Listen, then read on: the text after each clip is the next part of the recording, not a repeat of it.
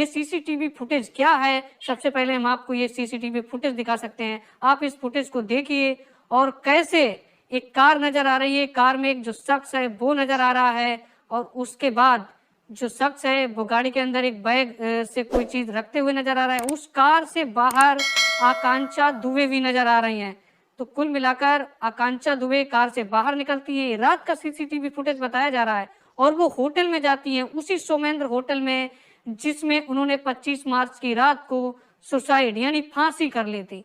फांसी लगाने के बाद उनकी मौत की जो गुत्थी हुई वो अभी तक सुलझी नहीं है। हालांकि पोस्टमार्टम रिपोर्ट भी सामने आ गई है और पोस्टमार्टम रिपोर्ट के आधार पर पुलिस जांच में जुटी हुई है।